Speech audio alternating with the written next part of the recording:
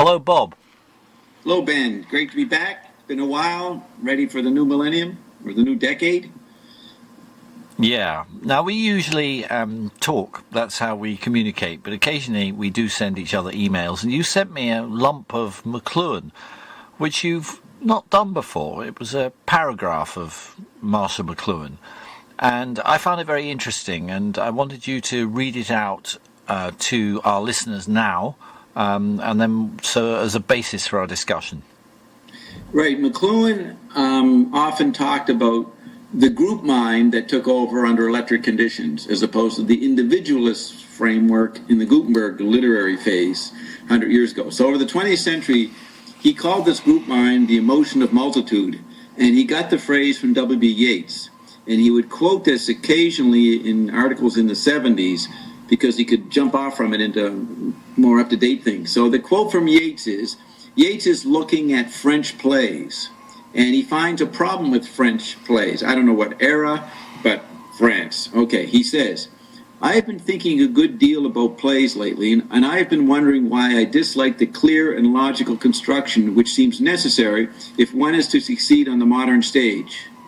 Do you have any idea about this quote, when it could have been, Ben? From Yeats? No, but when? You're not sure, like the modern, it could be the 1920s, could be the 30s, could be the teens, right? Yeah, somewhere in the first few decades of the 20th century. So he's talking about the modern stage and how to succeed. It came into my head the other day that this construction, the clear and logical construction, which all the world has learnt from France, has everything of high literature except, big letters, the emotion of multitude. So he explains the emotion of multitude, what he means by that phrase. The Greek drama has got the emotion of the multitude from its chorus, which called up famous sorrows, even all the gods and all heroes, to witness, as it were, some well-ordered fable. Some action separated, but for this form, all but itself. Some action separated, but for this form, all but itself. The French play delights in the well-ordered fable, but by leaving out the chorus, it has created an art where poetry and imagination, always the children of far-off multitudinous things, must of necessity grow less important than the mere will. And then there's a ... There's a few words that are not included here. And then the next sentence. The Shakespearean drama gets the emotion of multitude out of the subplot, which copies the main plot, much as a shadow upon the wall copies one's body in the firelight.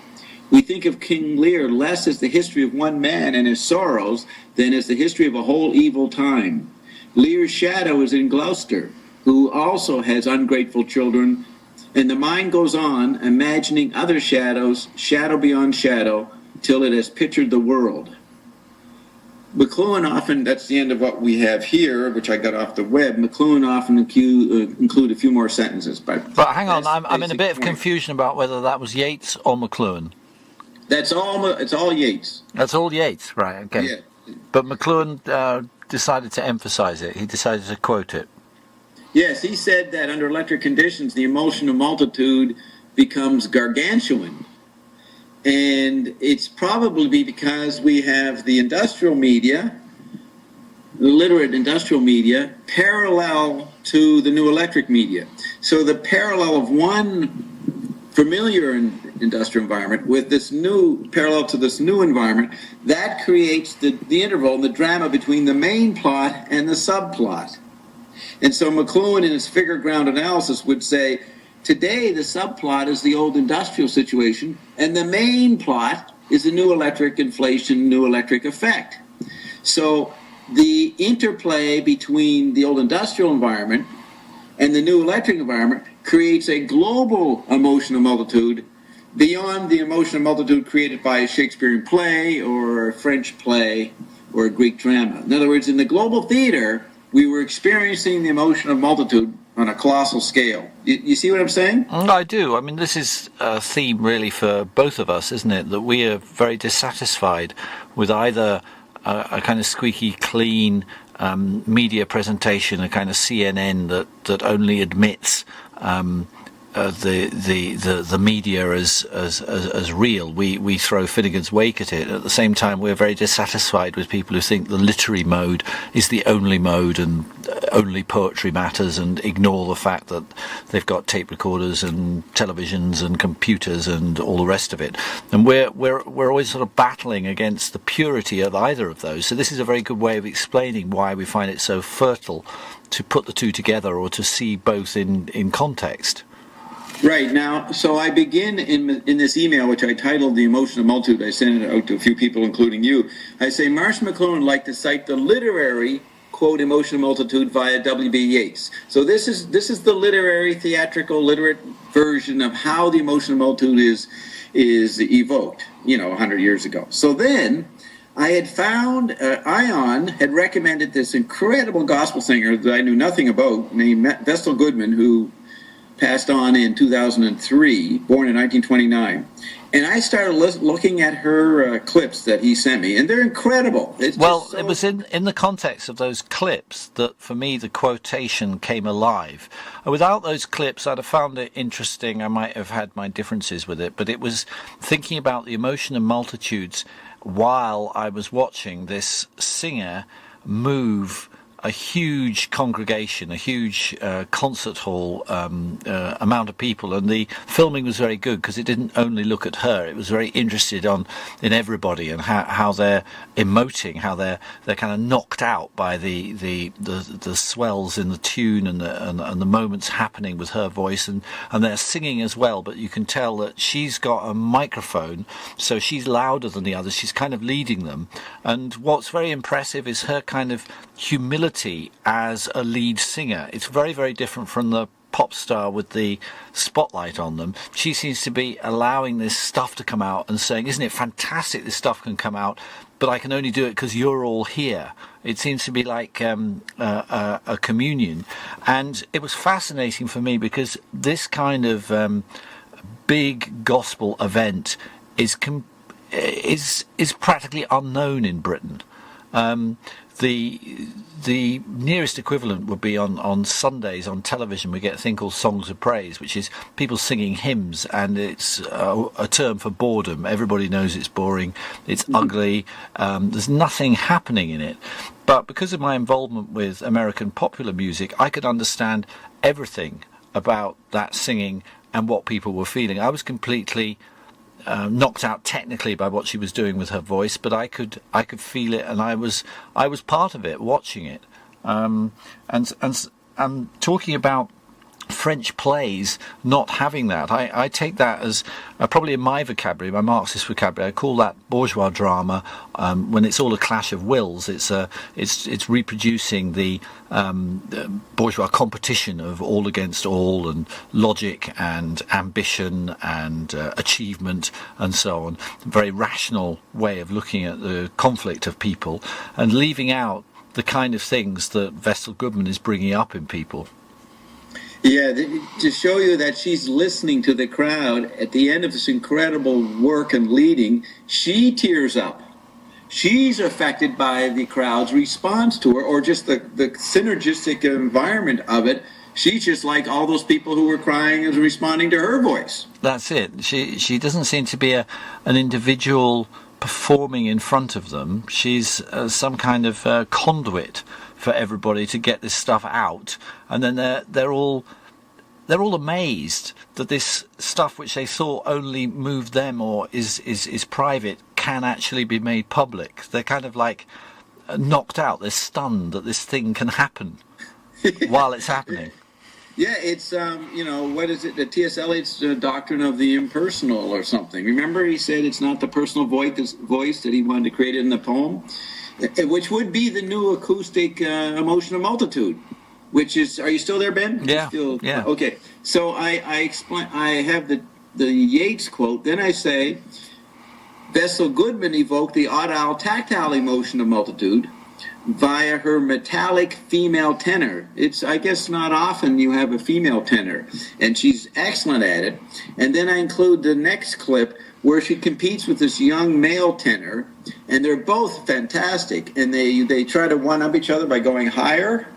and eventually Johnny Cook, the young guy, wins. But did you like that performance? Yeah, I enjoyed that a lot as well. I was interested in because of my own experiences of religion from school, and the few times I've been caught in church because of friends having weddings and things like that. I can report that in Britain, religion is invariably boring.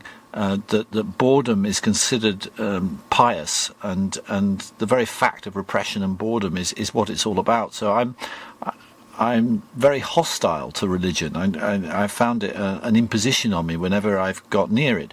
This seems to be a completely different mode, a completely different thing going on, and it explains a lot to me the confusions when I talk to people who've experienced this kind of thing from America, who invariably use materialist to mean the business world of competing egos, the French play, and use the word spiritual to mean the collective, or doing things for its emotional appeal or its satisfaction to the inner self. And my vocabulary is completely opposite to that because of my experience of spiritual events being so bad.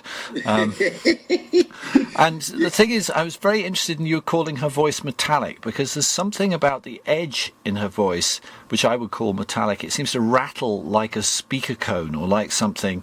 It has in it the what people learnt through the radio in the 20s and 30s, which goes back to the big camp meetings that happened in the late 18th century and early 19th century, when in America gospel song was invented and it crossed race lines, and they had huge meetings of people, and that's where the African element entered. All white gospel actually has learned from Africa, and this mixture that happened and that came out on the radio in the 20s and 30s, so that everybody knew it, that folk music in America is completely different from folk musics elsewhere in the world, because it had this technical basis, or this technical way of transferring itself. And that metallic element for me is the key to why American popular music has a special place in the development of world music. Why people get moved by it and explore it and get obsessed with it, as I have, as a very typical, sort of English music lover. We're all like this. We're all interested in American music, and it seems this metallic thing. It sounds paradoxical, because you're talking about someone who's able to express the emotion of multitudes. So you immediately think of somebody maybe nothing to do with technology, who can just sing in a room, but her singing, this metallic quality, is all about the microphone and all about amplification and electricity. That's it. That's exactly it. So you have, I want to address the word metallic in a second, but back to this, the audio tactile emotional multitude that is amplified by the microphone and then broadcast on the TV or the radio.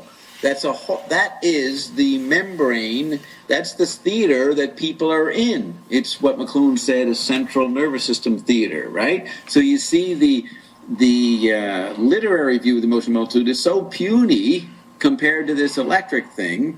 And then McLuhan would extrapolate that that's why you got fascism, totalitarianism, hyperconformity, because everybody's in this emotion of multitude. Now, McLuhan's not pro the emotion of multitude or against it. He's saying this is a new kind. So then I was wondering, I saw this footage of the Haitians, or just some newsy thing where they show bodies laying on the street and the earthquake and all, and I said, okay, what is the emotional multitude of there? And I thought, well, it's not audio-tactile. I might include that, but I'm going to call it proprioceptive, because the proprioceptive is really what you extend with the chip landscape. TV is more audio-tactile, but the proprioceptive, that refers to your senses and your sense of balance.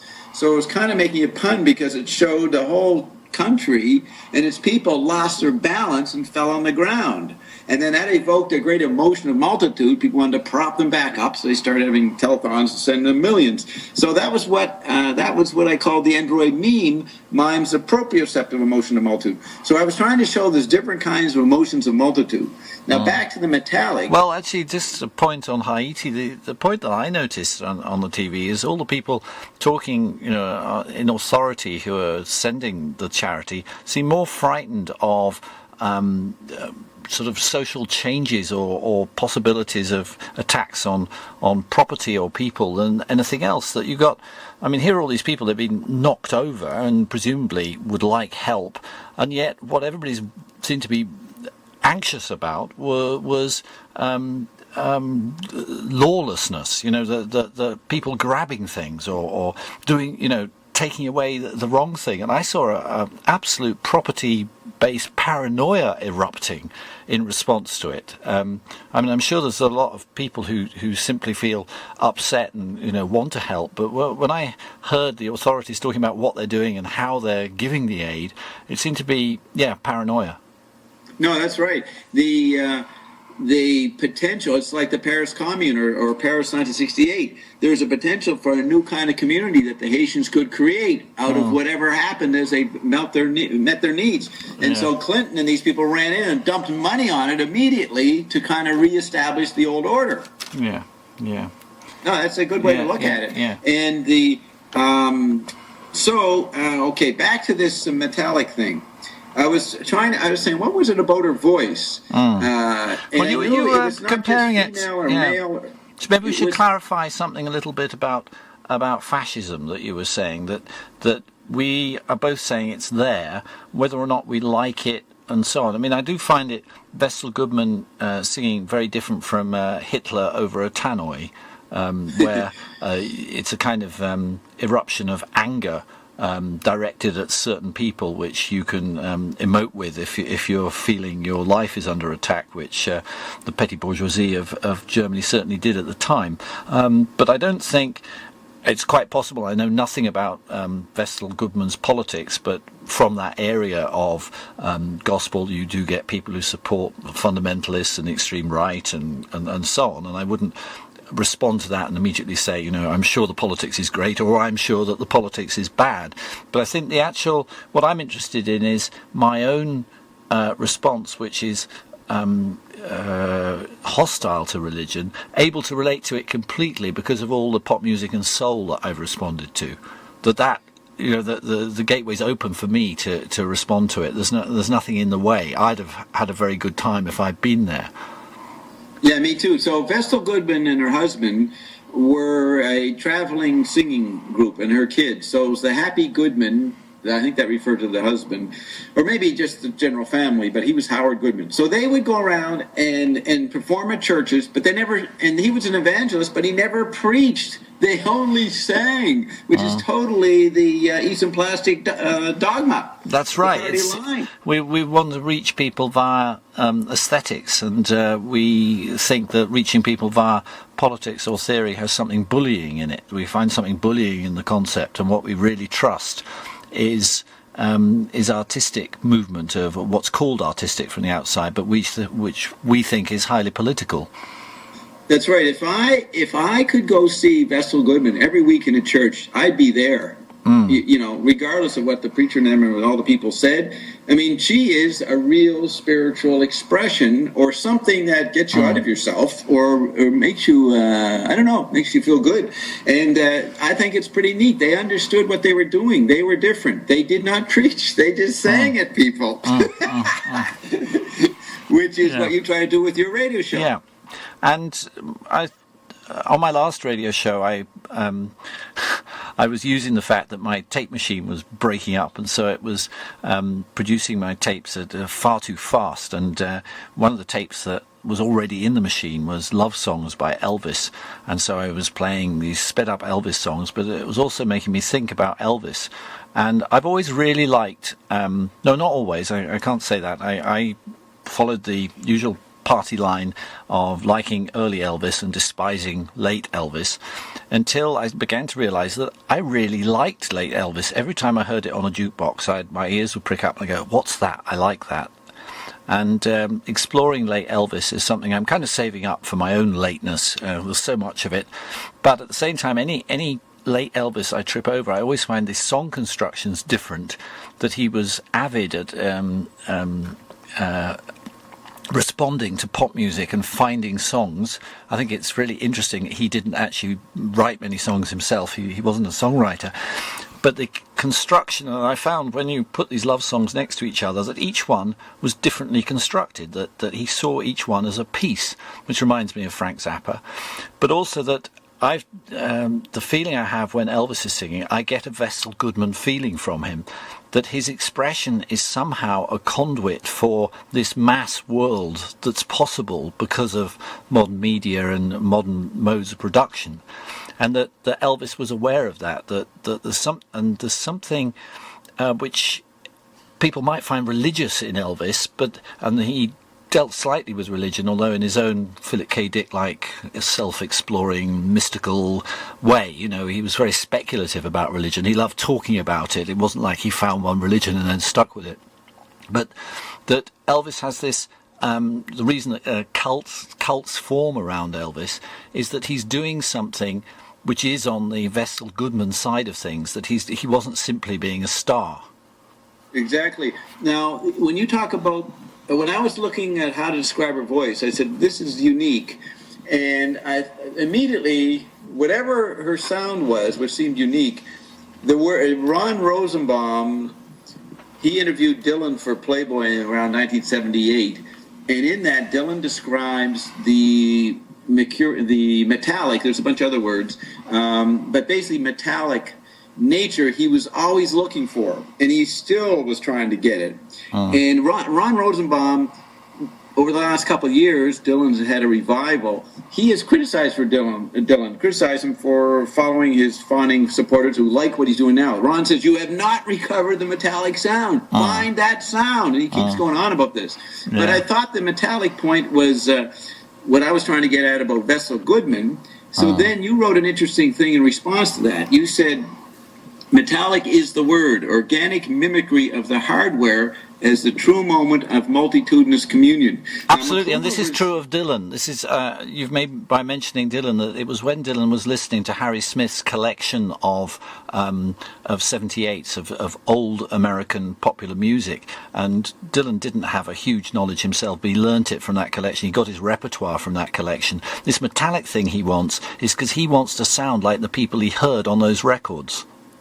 Right, and the hardware, McLuhan would take a broader look and say the actual aesthetic effect of cars and machines in the first half of the 20th century altered people's sensibilities, became something they liked. McLuhan used to point out that European kids don't play with trains and cars, this is back in the 40s and 50s, like Americans do, because for kids growing up in the the industrial abundance of America, the birds in nature is the cars and trains around them, and that's where they get their poetic expression, by working with these cars. So if you look at the American rock music, it's turning the hardware world that's being obsolesced by the software world, and the hardware clangings of industry is what's in first slightly jazz, but more in rock, and it's actually a celebration of the American car culture that is the underpinning of Vestal Goodman's style and what you're trying to get here.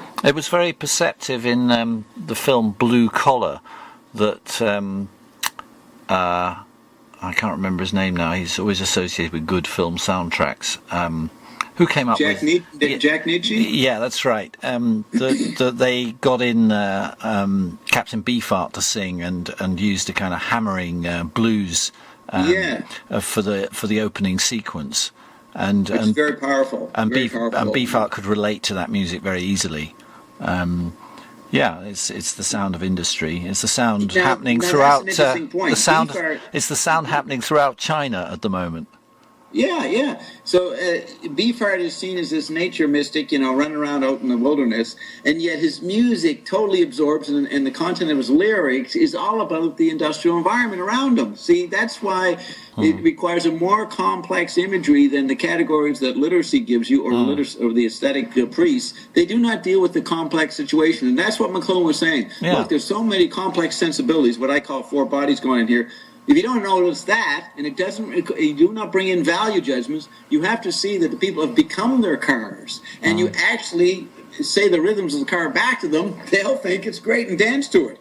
And also one thing that's incredibly destructive and such a break on people expressing themselves is the prejudice that somehow the car is on the side of the false and the modern and the plastic, and then on the other side, if you go for a walk in the countryside, you're somehow really relating, and then people write appalling poems and do appalling pictures, ignoring one half of or 90% of their experience in order to be artistic. And this, one's reaction to that, particularly during one's adolescence, this is so false that you develop a kind of anti-nature sensibility, that every time nature's mentioned, you hate it because of this false relationship to it. But what Beefheart showed was that because we are natural beings ourselves, our own responses to the car world have nature in them, that nature is in us. It's not this external thing we should go and appreciate outside in unsullied places where humans haven't been, that humans themselves are a natural development. And that's the aesthetic principle McLuhan gleaned from the radical modernists, and is actually probably the common theme through most avant-garde art of the last 100 years, is to point out that technology is the new nature, and then not say that's good or bad, but say we've got to develop a political relationship to that, or an understanding. That's why McLuhan said that Marx was a little obsolete, because he was not dealing with the changes in sensibilities. And that comes into your problem about how much aesthetics and how much politics. On the aesthetic side, we need to recognize what the avant-garde has been trying to tell us. Now, I was thinking, one good statement in Barry Miles' book on Zappa, the recent book, he says that for him, the rhythms of Zappa's music evoke the rhythms of driving down LA highways. Do you remember that line? And I thought that was very perceptive. That is, if you think, now you think of the cover of Just Another Band from LA, where Zappa's in a car with the Turtles and those guys. And then there's that footage he used for G-Spot, I think, or Night School. He showed on TV some footage of Beefheart, in 1960, 61. They go to the Ferris ground, but there's Beefheart driving around in a car. It's like Zappa is featuring the car. And then you have that thing with the monkeys. Isn't he smashing a car up with one of the monkeys on one of the monkey show? This car, it's like Barry Miles may have hit the actual sensibility that Zappa was trying to express in his various kinds. Well, one could find it an amazing artistic decision on Zappa and Beefheart's part, or you could see it simply as a quite direct reflection of their environment, that maybe they threw off a whole lot of prejudices and assumptions about what's artistic or what's nice. I mean, the music they grew up with said the beach was the cool place. I mean, that was their first white pop music that affected them was beach music. What do you call it? Surf rock. And they're just this special zone is considered pleasurable, and the rest of society is kind of just boring. That's not where you want to be.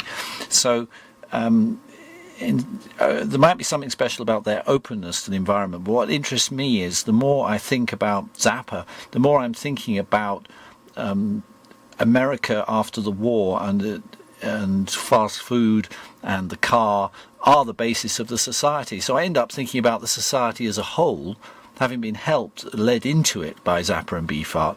But it's not an artistic creation on their part. It is a pointing out just what's there. Yeah, I think it's Uncle Meat, there's that interlude where it sounds like Zappa's carving something. You remember that little sound bite, that section where he's scraping, and it's like two metals, and he's scraping something? It's just very evocative. Do you remember that? Where? Or maybe it's on maybe on Uncle Meat, but maybe it's in that period. And this carving thing, and the fact he was called Mother Inventions, and he would show that that weird vacuum thing. Definitely Zappa, and then all those nuts and bolts on the cover of Burnt Windy Sandwich. Definitely Zappa was pointing out what for McLuhan would be a cliche thing. McLuhan would say that Zappa was a replay by the android meme of the sensibilities that Joyce, Lewis, and other guys in the radical modernist movement were pointing to. So I don't think Zappa was not making... if he was trying to give a message, but then it's hard to tell because Kalshenko might have been projecting that. I'm not sure. It's like the aesthetic message about the medium, the technologies molding our new music and our sensibility. That's a message from the first half of the 20th century. But it's like pop art with a worker in it. That pop art is seamless and about commodity products, but with Zappa and Beef art, you feel the judder of the machinery of labour. You feel the tiredness of muscles. You feel something affecting you physically. It's not simply something you eyeball and appreciate the airbrush curves on something or the fins on the car from the outside. That it enters into the physical action of doing things, and Zappa delights in that, and his aesthetic of beauty is never of something that merely is pretty for the eye. It's always about doing something, which is what the scraping you're talking about is about. That he always foregrounds the fact that it's a needle scraping through a groove, that there's tape scraping by magnets that makes the sound. That for him that physical activity is the life process. And in The Torture Never Stops, you have a graphic picture of the body's processes. It's what you fall into when you fall asleep, when you lose the concepts which are closer to the contemplation of beautiful objects just given to your eye, and you enter into the processual part of what life activity is. Yeah, and you see, this is where I'd say that Marx's vocabulary is very useful, and I don't think he's been superseded by McLuhan. That Marx's comes from a bohemian and artistic revolt against the sterility and asceticism of the bourgeois culture he's born into, and this enthusiasm for understanding that capitalism turns labour into a chore and something that destroys you and has nothing to do with you, but understanding that nevertheless activity and labour is the thing which creates everything and is the real part of being human. And as far as I can see, this actually outwits all the assumptions of postmodernism about somehow transcending the material world and becoming just a mind, the huge idealism which we've had in the 80s and 90s. So I think Marx still has a point to make there. Right, and so I was thinking, I started to come back in a few minutes ago, I wanted to say that, Zappa is showing not the eye, but the proprioceptive in terms of inner muscular tension and the tactile. The hands that come in. I mean, edges and rubbing. Yeah. So he's tactile proprioceptive music, and the process of doing it, he's totally involved in it, and that's the worker. That's the worker. And it's also the element of parody in the music, that you're very aware that is people beating things and chugging and churning. That it's and that this produces a comic element. That's right. He says in one of his first interviews in the New York Times, like around 66, he says, "We don't know who's really playing the drums in our band." It's a great line, and it really points to what you just said. Now, let's go on to McLuhan. You continue your email. McLuhan's words about theater. Now, that's it's not McLuhan's. It's Yates. Yeah, I mean, yeah. He's inveighing against what Brecht would call bourgeois realism. And then you're saying they come alive in the context of the Goodman footage. You mean that what Yates is pointing to, the emotional multitude, we see in the Goodman footage, right? Yeah. That's what you mean. Then you say New World Classicism scores a point. Is that a technical category from Cambridge Literary No, it's not. It's something I just made up because it's something I'm still not found the right phrase for yet. Actually, it's something that just occurs to me. What I meant was that the concentration on the classical sources. You use the word Menippean, which comes from ancient Greece. Paying attention to stuffy things like French drama, paying attention to those literary things, produces, this is rubbing it up because it rubs the wrong way against new media, produces these insights. So that's what I was pointing out, that McLuhan is doing this thing where suddenly talking about these quite kind of almost fuddy-duddy stuff, suddenly produces the insight into the very modern things that we want to understand. Right. I thought New World Classicism, looking at the phrase New World, that'd be the United States or America. Well, I had to say that. I couldn't quite say America. Would be the Bible? The Gospel is New World Classicism? No, I had to say New World because McLuhan is strictly a Canadian, isn't he? He's not American. So then you start saying North American and ways round that. I see. That's why I said classicism, Menippean satire. I mean, knowing your classical authors, Aeschylus, and then on into Shakespeare, Racine, Molière, the kind of authors that Yeats is talking about. Yeah, did you know that Joyce said that he was a classical writer? Well, yes. He said that. Yeah, I mean, this is what hearing the Elvis sped up did for me. It made me realise that the choice between living expression and seeing your expression as a something from a dead culture, which is what classicism is. It's when you appreciate statues and marble buildings left from a culture which is no longer there, and can produce an attitude that the only thing worth doing now is to do something that will speak to people in 2,000 years' time. But the contrast between that and somebody who believes in a living communication is that this standoff is highly undialectical and stupid, because every time you do a convincing communication to anybody, if you look at it as a formal construction, it allows you to tune and make more hard and spiky what you want to communicate. And that the whole business of that Zappa and Beefheart were involved in, of being so aware of what records were and making records, and the dynamic between something that happens live in real time and then gets frozen onto something which you can repeat and look at as an object. This dynamic happens all the time with artists, and it's making sure that that dynamic keeps rebounding and going from one to the other, which is the intelligence of art. And therefore standoffs where you're choosing between one or the other seem to me to stop this movement from one to the other. Okay, look at this phrase, New World Classicism. Classicism can refer to the Greek culture, the Greek chorus, or it can refer to French plays, 2,000 years later.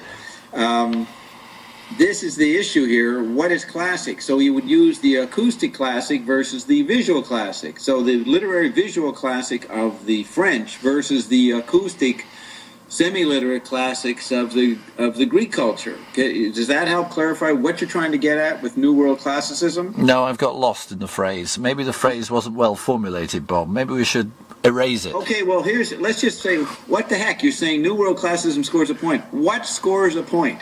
What are you talking about? I mean, I thought it was McLuhan, but it was Yeats, so it wasn't New World anyway. Right. Right. So you're talking about the Yeats quote. You're impressed with the quote, and you're impressed with what Yeats is pointing out. Yeah, I'm impressed with someone who can analyse literature, which I'm calling classicism, maybe was the wrong word, and observe big changes. They're able to look at, say, 18th century French drama and say, hey, the chorus from the Greeks is missing. There's some element of the masses which is not being included here, of the society speaking. We only have individuals. Something's been lost. And it's this kind of intent to speak grandly about what we're talking about, which I missed when I went to study English, where I got people who are incredibly hostile to any statements of that nature, who always, and it's very easy for them to do it since they were older than you and had read more books, always pointed out that you didn't really know what you were talking about. You shouldn't make generalities and you shouldn't think in this way. And I think thinking in this way is the only point. Comparing whole civilizations and seeing what gets left out and thinking how we live, that if we don't do that, then there's no point in going and reading books in the first place. I don't understand why people do it, but people do it because then they become experts and they can keep people off their field, but actually they're not understanding anything. It's a war between the book and the newspaper. People experience the whole global perspective every day when they read the newspaper, because news items are from all over the world. I mean, this is, 50 years ago, and you're getting the images of different cultures. So the collage effect of radical modernist art is right there in your newspaper. So then the old book medium through university, it objects to that and counters it with this hyper specialism. You see my point? Well, I mean, it has its drawbacks, but on the other hand, the newspaper without any reflection creates its own problems.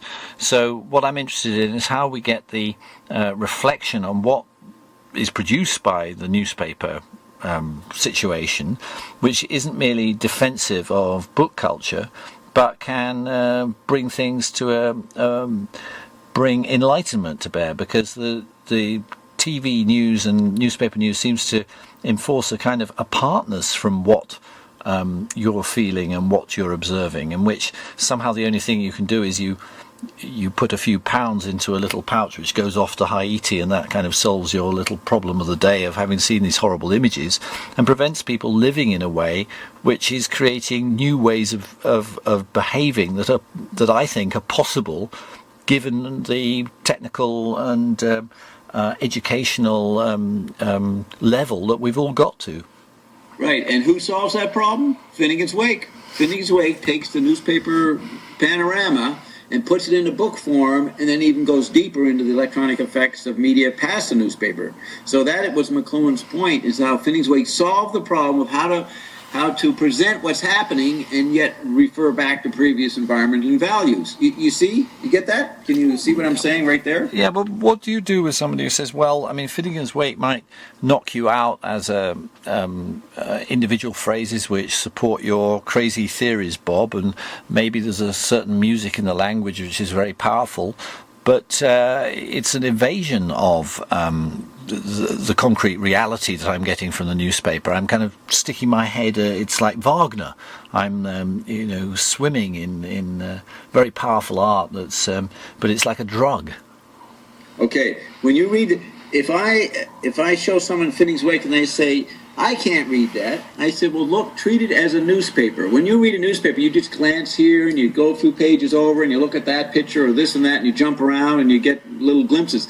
That experience is what's being presented in the book form, but you're fooled by the form of the book. And you think you got to treat it like a book. And Joyce fools you because he presents the newspaper's content and you think that's a lousy book or disorderly book. He's showing you the actual media experience you do every day when you read the newspaper, right there in the book form. See, that's the level of forms, not the phrases and quotes. I'm talking on the level of forms that Joyce is contrasting there. And of course, he's making fun, it's manipulating, because he knows people won't recognize that's what it is. They won't recognize that it's radio. As McLuhan would say, Finnegan's Wake's not a book, it's a radio program. Well, also is the scanning gaze of the newspaper reader and the movie viewer.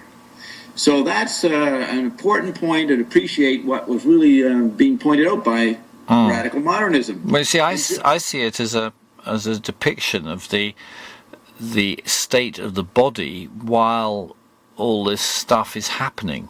So the real body is registering the body's responses as well as other media's responses. Yeah, your body is not limited to your chemical body.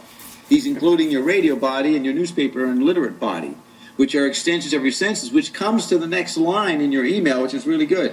You go, Bob, we could rewrite the book on pop culture and world literature, invent an aesthetics/politics that could truly deal with our unsaid senses. Very good phrase, Ben. Unsaid senses is what McLuhan is pointing to. Well, yeah. That's our extended senses. And we don't know how to describe them. And Joyce tried to describe and show the extended senses, and it looks like a book that's not saying anything particular because he's pointing out the unsaid senses. The senses are there. So you hit on a very important phrase for us over here in the McLuhan Fortress. Well, you're clarifying for me that for both of us, all this stuff that we've absorbed and pursued. I mean, you don't become a Zappa fan easily. You know, it's in opposition to a lot of your friends who don't like the records, and then you have to go and find them, and you pursue it. You know, you went to libraries in Britain in order to look up his interviews with interviews with Frank Zappa, and to find out exactly what he said at each time. So we've chewed on this stuff, and I feel like we've chewed on the right stuff to sharpen our teeth. You know, we've got very sharp teeth, having chewed on Finnegan's Wake and Frank Zappa. Great metaphor. Look at the cover of Uncle Meek. But now we have these sharp teeth, Bob. So it totally fits. But the dental hygiene dilemma. That's right. But it's what are we going to bite on? You know, it's like remember that where Bert when he sandwich? This is a tasty sucker, and he's biting a tire. He's biting a tire. Yeah, exactly. Where are the tires? I mean, where are the what is there to bite on? And that's what I find quite difficult to find, is to find an area where people will care that I've bitten in, because everything's got so niche marketed and separated, and every stroke is good for some folk, and nobody must criticize anybody else's nice time, and everybody can study the sounds on records and reproduce them, and mechanically kind of artificially get spray on soul and passion and rock fury, and all this stuff can be managed now. And I want to know where to put my teeth in, where it's going to hurt, you know? Well, you get at it with the rest of the sentence. You say, our aesthetics politics could truly deal with our unsaid senses trembling on the brink of the virtual global sensorium. And I thought you must have, grit your teeth when you wrote virtual global sensorium, because that sounds postmodern and you don't want to go that way. Yeah. But you're acknowledging it's there. Yeah. We're broadcasting on the brink of the virtual global sensorium because anybody can hear us at any time. Yeah. And where are we? Well, I'm interested in that, poking the finger into the global sensorium and producing a ripple on the surface, which allows people to see that it is a glossy surface they're looking at, and that they're not actually looking through to reality. You know, it's kind of almost muddying the waters on purpose in the right places. I mean, this is a lot of bad avant-garde art has made a fetish of muddying the waters, and I really disagree with it. I think I like clarity and knowing what I'm doing, and I don't believe in creating confusion for its own sake. But I do think there's an interruption to the sense of obviousness which we get. That the media work on the idea that it's all obvious, that they're there and you're here and they're telling you things, and it's all completely unobvious. As soon as you're in a TV studio and you sweat under the lights and you go in, it's such a kind of cardboard, sort of silly show that everyone's doing. There's so much that's not said in front of the speakers, and all the real deals about money and fame and all the real jokes and all the real life is omitted from the screen. I got 2 points, Ben. I'm going to respond to that, but first to go back. Since literacy brought in the ability to read books by yourself and in the silence, and it created the environment for Henry VIII to create the Protestant religion. It's interesting about the dullness of the Protestant hymnal singing is because they were miming the initial new privacy that the printed book brought in, and the quiet and dull, silent thing permeated their music. You can look at that as an effect of the printing press, which their religion, the Protestant religion, was built on. That's a great explanation of why, after experiencing Muddy Waters and the Rolling Stones, I can't stand church services in England. I mean, that's a fantastic historical materialist explanation. Thanks for that. Okay, good. I wanted to say it about half an hour ago, so I'm glad I just waited. Now, the other point is, And what was it you were just saying? The other thing is poking our finger in, making a ripple in whether the screen is a surface we should interrupt, or whether it's a portal on a real world. Okay, it's close, but I'm just going to have to jump around until I get it. Oh yeah, I got it. McLuhan wrote to Ezra Pound in 1951 about acknowledging the demands and revolution Pound had to do aesthetically for his time. But McLuhan says today, words are our drug. And I'm working on that point. See what happened, I'm working on that problem, he said. Now, when you talk about how the TV broadcasters tell you what's happening, this and that, they're using the English language, or in any country, any verbal language, and it's such a puny medium compared to all the post-verbal and paraverbal media that's going on. That's what you're unhappy with. You're unhappy with these stupid, literate, mouth, local-centric just utterances, or banal utterances, but they're limiting it to the mouth, and they think the mouth can control everything. It's when McLuhan says the word makes the market. That's a fascist situation. When you take the statements that are coming under Davos today, in Switzerland, these verbal statements about a very complex Finnegan Wake environment, the statements are irrelevant and puny.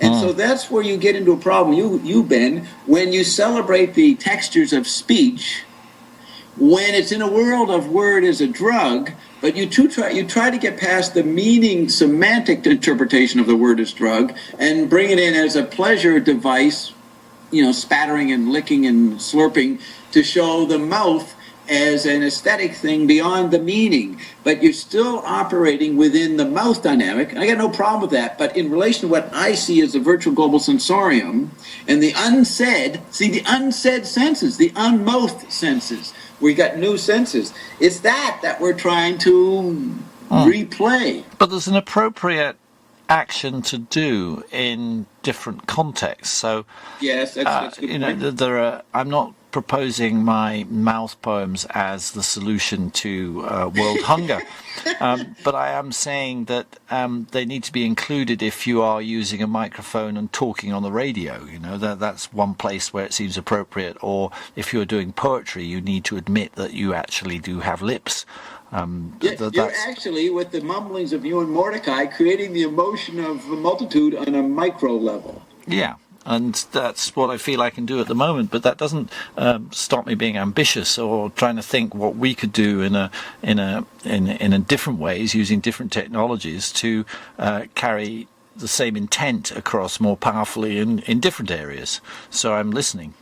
Yeah, in a way, we are an anti-environment to the Out to Lunch show, because we actually try to use the mouth to swallow all that's going on with our bizarre allusions to Zappa, Joyce, Lewis, and McLuhan and Marx. We collage, but we're trying to be, quote, rational in a way. Well, we're trying to understand it, yeah.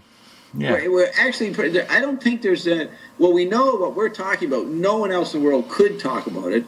Don't know the relevance of it, and just doing that is a bizarre anti-environment to everything. You know what I mean? Because we are making a point that no one could deny if they made the effort to understand what we're saying. We're talking, quote, truth here. The truth of our situation, of what communication is, what the old forms of communication.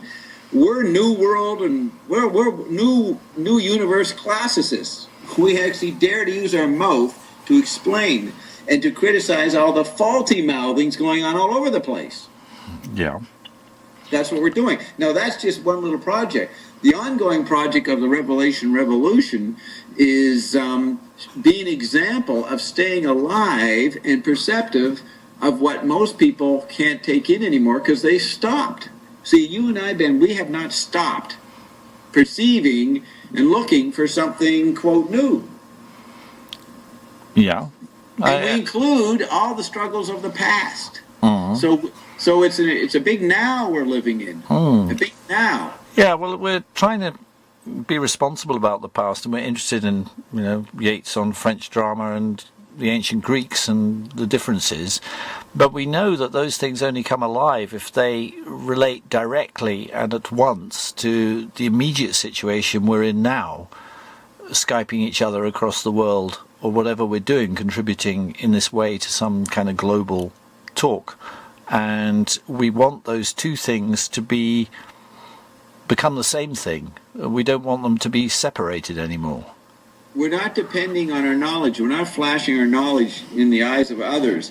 We're maintaining the I don't know level. We've sabotaged our authority as people. I mean, you sabotage it with your preposterous claims and your experiments with telepathy and and so on. We are sabotaging, and I sabotage it with my cantankerous insistence on a few favourite records all the time that annoys everybody. And so we have no position within the world that we don't like. And that's very important. That's a point that Guy Debord used to make. If you have a position to defend within the structure you're trying to bring down, then of course you're going to defend it. And we don't. So we have a kind of purity, Bob. That's right. And an example is the Vestal Goodman clip. My friend J.W., who channels Ion, he grew up in Georgia. He thinks he was conceived, his parents conceived listening to Vestal Goodman. You know, that's the culture he comes out of. And he sent me these clips, and he said later, he said, I'll send these to Bob. He'll probably just laugh them off. He was shocked that I was so amazed by him that I wanted to hear everything about Vestal. And he spent the next hour when I called him back telling me the whole history of Vestal and all the whole culture and other YouTubes. And he was amazed. It's great, and we'll have to end there because we've run out of time. But on top of all the things we're saying, we're gospel fans. Yes.